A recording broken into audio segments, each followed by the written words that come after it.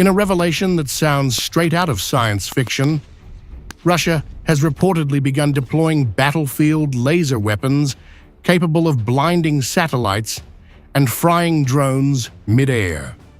A major leap in modern warfare that even the United States and its allies have yet to achieve.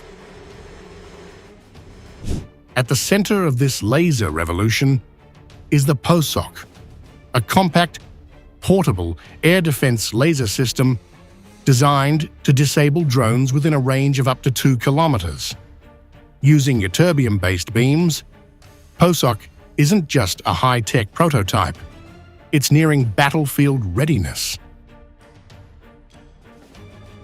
Once operational, it will join an already formidable lineup of Russian laser weapons that includes Peresvet, a mobile system capable of disabling the optics of satellites, drones, and aircraft, and already reportedly deployed in the Ukrainian conflict zone.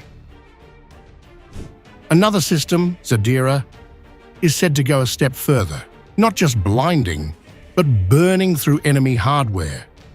And then there's the so-called Echelon, a laser mounted on a modified aircraft designed to target satellites from the skies, with a possible strike range of up to 1,500 kilometers.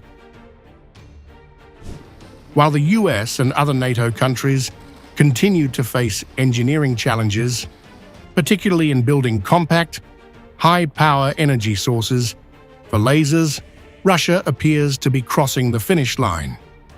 According to Russian military analysts, these systems provide ammunition-free rapid-fire defense, making them ideal for modern warfare, where speed and stealth are crucial.